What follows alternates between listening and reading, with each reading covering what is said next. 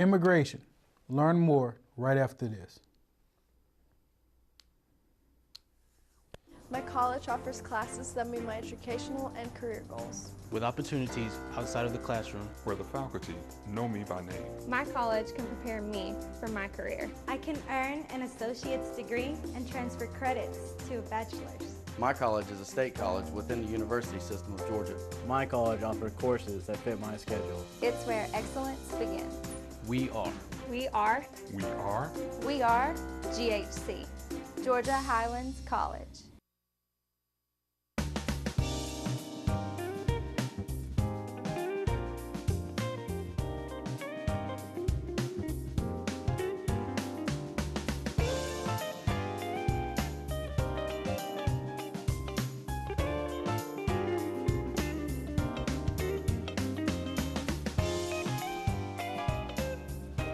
Welcome to Community Watch. Greg, how you doing?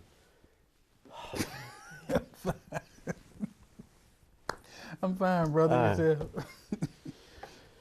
Well, I'm all right. I'm glad you are.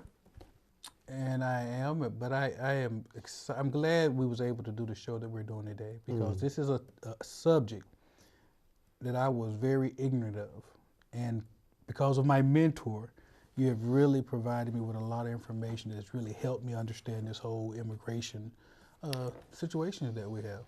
Well, it's changed dramatically. Yes. And continues to change dramatically.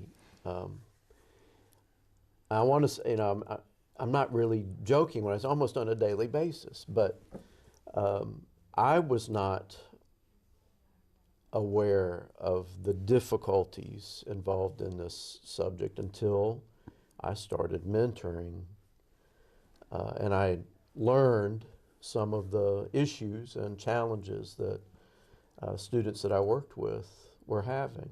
And our guest today, who will be joining us shortly, Joseph Baldwin, who's an attorney. This is one of his specialty areas. I learned a great deal from him over the years in trying to help some of these students resolve those issues, but it has been very frustrating for me because I am surrounded by so many people who don't get it, who don't get it. Yeah. So we'll talk about that today. I feel like we need to be caught up anyway. Because, oh yeah, it's been a while. It's been a little while. So we will be joined by our guest after this, and stay with us. It's going to be I'm sure, an enlightening discussion, so don't go away.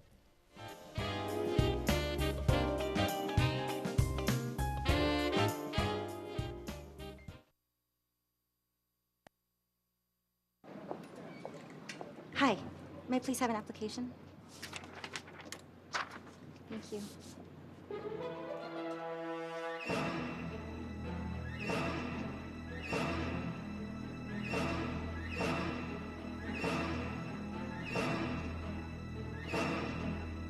Skip the drama.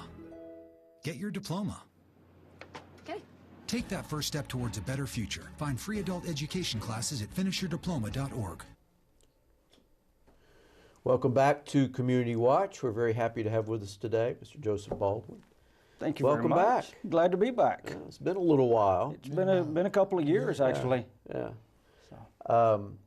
And I don't guess we need to catch up all of that time that's missed, but I know to get into the discussion of something current, there's been a lot of discussion of DACA, and a lot of people don't understand what that is. So if you could help us a little bit with that. Yeah, I'd be glad to. A lot of people refer to it as the Dreamers, and you'll hear a lot about that in the news right now. What are we going to do with the Dreamers, the DACA? These are the young people that were brought here as children. There's certain requirements to it. One, that you had to have been in the country before you turned age 16. And a lot of people think, well, people are just going to flood the borders because they can sign up for DACA. Again, that's not accurate. You had to have been here before 2007, and continuous presence in the U.S. Requires that you have no criminal record whatsoever, that you be in school or that you have graduated high school. And what it is it's deferred action is what it is. It doesn't give any permanent legal status. Deferred action is actually something that's been around for many, many generations. It's just the rules changed as to who we were going to let apply for it. It was designed basically as a program. I'll give you an example. If a mother was here and she was illegal and she had a child in this country, and let's say that child was battling cancer or had some disease, the mother could then ask for deferred action so that she not be deported while that child is undergoing treatment. And it would also allow her to get a work authorization while she's here until that situation resolved itself one way or the other. What happened was back in early 2000s, President Bush came up with the idea of the Dreamers, the DREAM Act. And what he said was, we've got a lot of kids that were brought here as small children that this is the only country they know. They've been through the schools. We need some kind of program to allow them to become legal. They're good citizens. They're working hard. They're paying taxes. They're educated.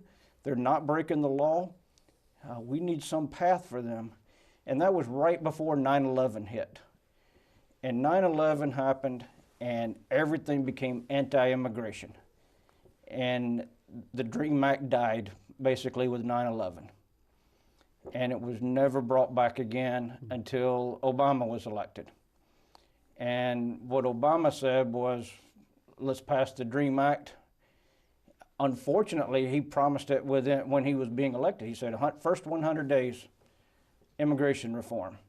Bringing back the DREAM Act. We're going to reform the bad system that we've got.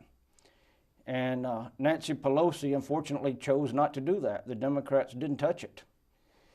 And after 2 years, Democrats got voted out, the Republicans got voted in, and then Obama was saying, let's have some immigration reform. And Republicans wouldn't pass it either. So he took the idea of the DREAM Act and said, how can we do this? How can we do an end run around Congress and not have to have a new law to allow these children to stay? So he took this existing program of DACA and applied it to children. He said, we're going to consider that a hardship. If you've been here since you were a small child, you're educated, we're going to allow you to apply under this program. So that's really what DACA is. People refer to it as an amnesty, as all these other things, and it's simply not. As it stands right now, it's just a work authorization. It says, we're not going to do anything about your situation. We'll let you stay for now, and here's a work permit till we decide what to do with you. So that in a nutshell is what DACA actually is. So where we are with that is just, well, it's in limbo, I guess, until some decision is made. It is. Unfortunately, Trump decided to terminate the DACA program this year. And I say unfortunately, I understand why he did it. I just don't agree with the sequence of events. But what he said basically was, I'm all for DACA, give me a law and I'll sign it, but we're not going to do the presidential order. So I'm going to terminate the presidential order on this date, and you have until then to come up with a new law. The reason I find it disappointing is because I have no faith that Congress is going to come up with a new law by that date. And it's sort of like you and I've talked about, it comes back to sort of playing games with people's lives. You're sort of playing a political poker here.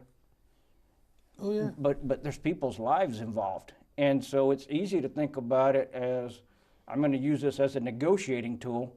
I want this, I'll give you some DACA, you give me this, whatever. I want a wall on the border. But meanwhile, there are people that are affected by this as it's going on. There are people that are losing their jobs. They get kicked out of school because they no longer have a work permit. College students, they said, you can't come back. Here in Georgia, you lose that permit, you lose your license. So now they don't even have a way to move about. And we say, well, we're going to fix it further down the road. Well, what happens in the meantime? In the meantime, you know, you got these people that can no longer function in society that were paying taxes, and, you know, what do we do? And it's a fairly large number of people. Yes, we're talking about nearly 700,000 children across the United States. I say children, people that qualified as children. What I guess frustrates me with this whole immigration situation is that it seems to be very biased toward people of Hispanic origins. What I mean by that is we never hear about illegal immigration outside of really when you're talking about quote unquote Mexicans. You don't hear about, we have Europeans, we have a whole lot of people that are here that are immigrants whose visas have expired, who are here illegally. We never talk about that. It's almost as if the only illegal immigrant, quote unquote illegal immigrant, is people that come from Latin American countries. And to me, that's just so narrow-minded because we have a lot of people who come for whatever reasons, but they still here. And so if we're not going to be honest about immigration, and I mean by honest, no one in this country can claim to be real, well, very few people can claim to be original people. Most of us know we were not born here. We came here through some passage, through some kind of act. So I don't understand why are we so anti-immigration, especially when you look at the money that's involved. When you talk about 700,000 children who have been educated in schools, I just don't understand I don't even understand how that's economically viable. So you invest in these young people. Now they're of a certain age, you want to say, well, now you need to go somewhere else. I mean, you've spent a lot of money in educating them and preparing them, and now they're wannabe citizens. They want to be part of the fabric, but now it's like, we don't have a place for you. You know, that's an interesting take on it, and I was actually doing an interview last week with Joel Rose on National Public Radio, and that was the very conversation we were having, was the economic impact that these decisions to do things like cancel DACA, cancel TPS, these programs are going to have on our economy. And the point I was trying to make to him was, if you look at what Trump says that we want with our immigration, and I get it, it makes some sense, but he's saying we want people that are educated, we want people that can speak English, we want people that assimilate into our society. These are the very people that qualify for DACA. You know, you're talking about good moral character. You know, if you have even a single DUI on your record, you don't qualify for DACA. That kicks you out. One DUI, one misdemeanor marijuana possession, it kicks you out. So these are people that have lived at the foot of the cross, have been educated, they've been here their whole lives, they speak English. So it sort of checks every box, like I said, that Trump laid out as to what we want for immigration. So it seems like, to me, this would be the group we would want to target first. If we're looking at immigration reform and we say this is who we're after, well, we've got 700,000 of them already here that are already assimilated. Let's target this group first and then reform the rest of it. So that what you just said to me, so then what is it then? So what's the problem then? Because you're right, if this is the checklist, the DACA children meets the checklist, so what's the real problem then? The real problem, in my opinion, has been the same problem. I've been an immigration lawyer for over 20 years. And it's been the same thing since the day I became an attorney. Is both parties play with this, just like I said earlier, sort of a political poker. The Democrats aren't going to pass any real immigration reform because they don't want to give a Republican president the credit.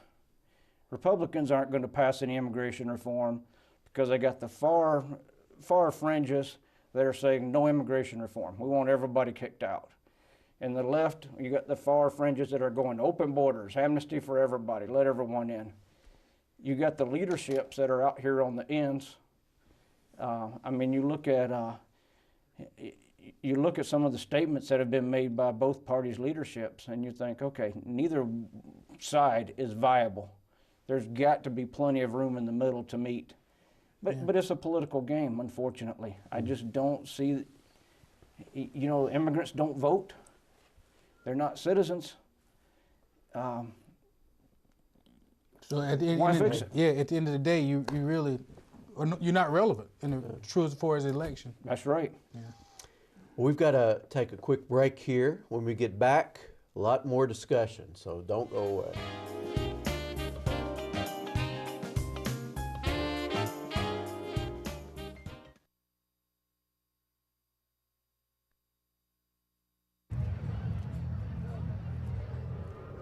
Looking for these? You drive buzzed. It could be one very expensive ride. First, you gotta make bail. Then pay me to get your car back. Your insurance premiums will go through the roof. And my legal fees just keep adding up. All told, it could end up costing you $10,000. Nothing kills a buzz like getting pulled over for buzz driving, because buzz driving is drunk driving. Welcome back to Community Watch. We're having a conversation with Attorney Joseph Baldwin about immigration issues. Is it still the case where, because I know there are still many people out there who seem to think that the hundreds and thousands of illegal immigrants that you've been talking about could, if they so chose, do something, sign a form, go down to an office and just become legal. But they're choosing not to because they're getting out of, I don't know, paying taxes, and that's certainly not the case. But you hear that a lot. You hear it, we were talking about that earlier, you hear it on the news all the time. I mentioned to you something I heard on the news the other day about signing the registry when they come in. Unfortunately, there is no path for the people that we're talking about right now. So regardless if they come see an attorney or whatever, the majority of these people have no pathway legally to ever become a resident or a citizen of the United States. So then why such a misconception? I mean, that's a level of ignorance on all of our parts. But if it's so inaccurate, how does that notion persist? I mean, if a person here, let's say a 15-year-old student, wants to become a legal immigrant, and there's really no path for them to become a legal immigrant, then why does the notion persist they could just become one? Because I think that's what most people think, they can just become one. Well, I think you hear that in the media all the time. I mean, unfortunately, it's a very complex issue. A lot of people don't realize that our immigration law is the second largest body of law in the United States, second only to our tax code. It's a very complex issue. And you hear very often in the media, they simplify it down to that point. Much like I was saying earlier. They say if you're going to give someone a pathway, then they call it amnesty, as if it's just open borders, open for everyone that's here, and that's not accurate. And so, unfortunately, I think the media is greatly responsible for oversimplifying a lot of when they speak about immigration law. So, do pathways exist for any immigrants? I mean, there's certainly no easy pathways. So what does it take now for someone who wants to be an immigrant? Well, there are pathways for some people. And this is something else you're hearing a lot in the news now. They talk about chain migration. That's something Trump's talked about quite a bit. He wants to end chain migration. Chain migration basically is the system that we have in place, where if you have a family member that's a resident or citizen, then you can apply through that family member. If you do not have an immediate relative that has legal status, then most likely if you're here illegally, you have no pathway to become legal. So what Trump's talking about when he says chain migration, let's say someone in the U.S. marries a guy from Mexico, and she applies for her husband to become legal to come to the United States as a permanent resident. Well, that opens up all kinds of paths for him then to go and apply for his family. Once he becomes a citizen, then he can turn around and apply for all of his brothers and sisters, and then their spouses and their children get to come as well, and he gets to apply for his parents, And so it just kind of keeps branching out from there. And but what's the problem with it? I mean, because I would think every person that applied through him would have to go through an extensive background check and all of this. Not they could just come across. Well, they have to go through a criminal background check. Mm-hmm. But if you're asking what's wrong with it, you know, a friend of mine was making this point the other day, and I thought it was a very good way to look at it. And you see a lot of these companies, you know, let's take Google for instance.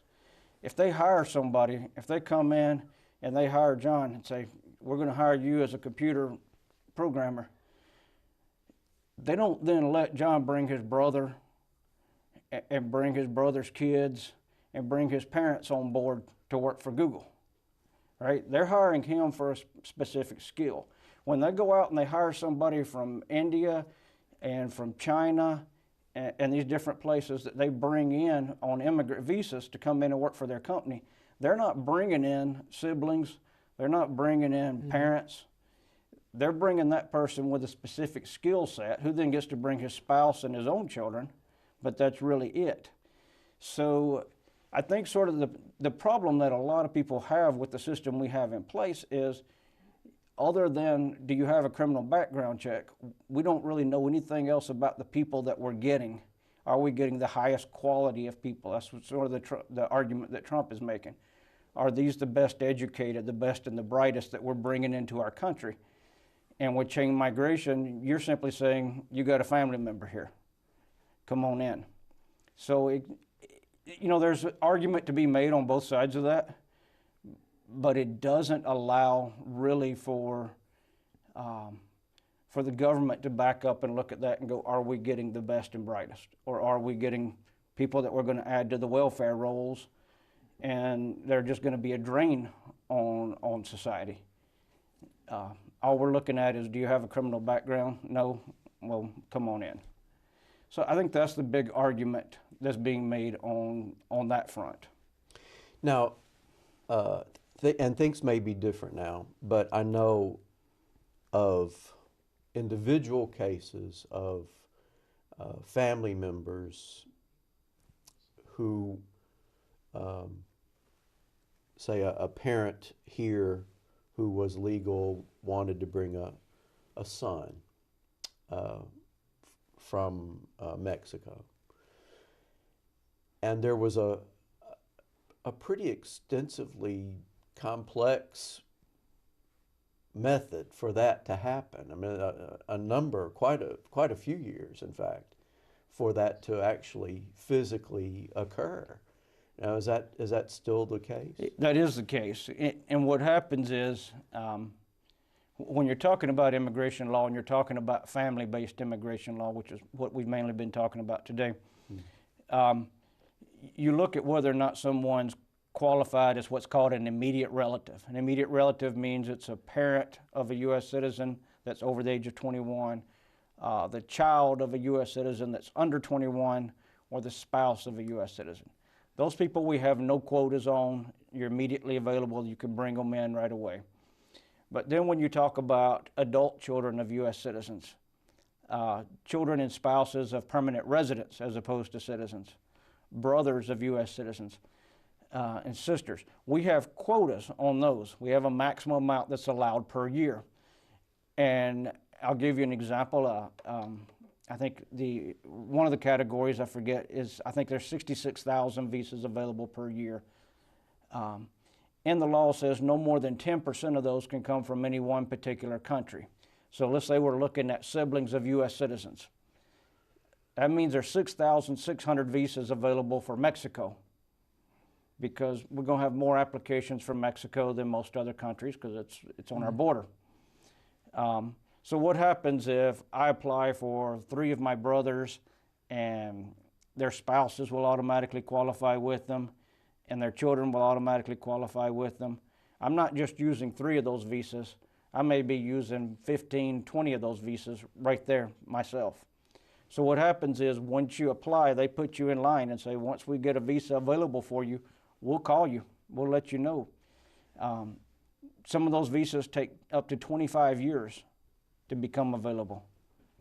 And so, again, it's a broken system that doesn't make sense. At some point, you look at this and go, am I going to apply for a family member and then call them in 25 years and tell them their visa's ready?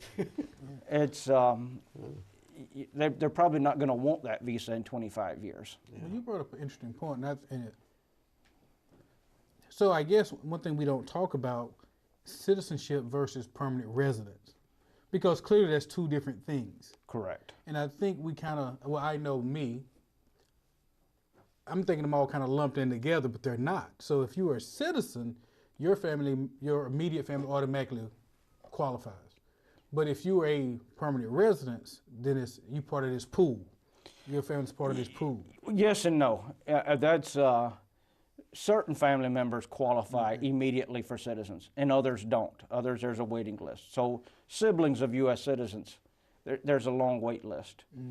Children over the age of 21, there's a long wait list.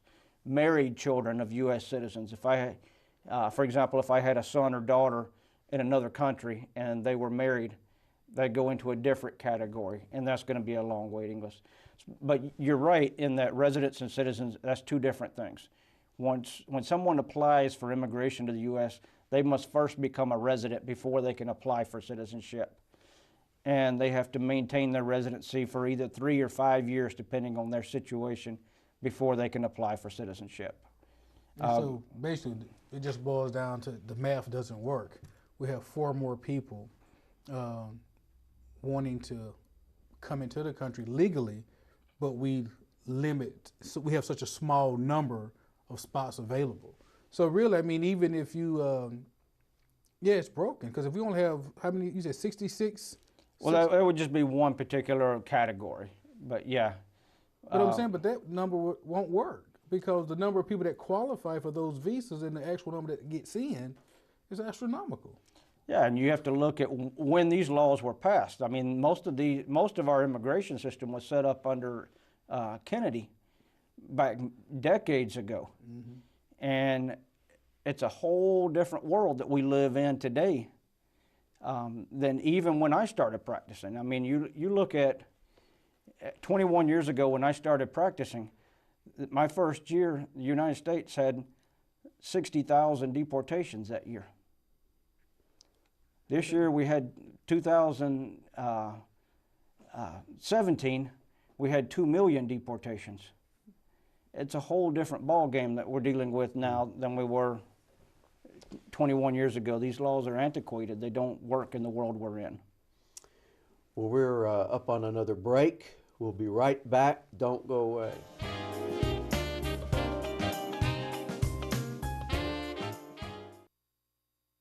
My college offers classes that meet my educational and career goals, with opportunities outside the classroom, where the faculty know me by name. My college can prepare me for my career. I can earn an associate's degree and transfer credits toward my bachelor's. My college is a state college within the university system of Georgia. My college is affordable.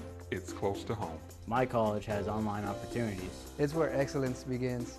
We are GHC, Georgia Highlands College. Welcome back to Community Watch. We've been having a conversation with Joseph Baldwin, immigration attorney, about some of these issues. And I think the main thing we've learned is that we understand why it's so hard to get you on the show, because you are a busy man. We are quite busy. Well, we learned we don't know. But we're going to have to get you back, because I think it not only helps us, but it helps everyone to understand us at least a little bit, or to understand how complicated it is. So thank you. Thank you. Enjoyed it. And we'll see you next time on Community Watch.